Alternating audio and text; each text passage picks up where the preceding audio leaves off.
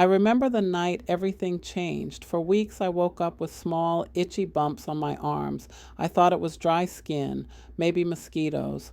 I brushed it off until the marks started forming in straight lines. That was warning sign number one. Bite patterns known as breakfast, lunch, and dinner. Soon I noticed something else. Tiny dark dots along the edge of my mattress. I thought it was dirt, but those dots were actually dried blood droppings from bed bugs. Another red flag. Then there was the smell. A sweet, odd, musty smell in my bedroom that I could never place.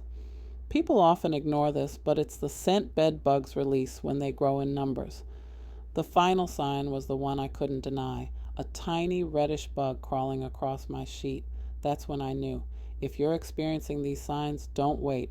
Bed bugs multiply fast, and the sooner you detect them, the easier it is to stop the problem. Remember, check mark bites in a line, check mark dark mattress stains, check mark tiny eggs or shells, check mark musty odor, check mark live bugs. These aren't random clues, they're warnings, because bed bugs don't go away on their own.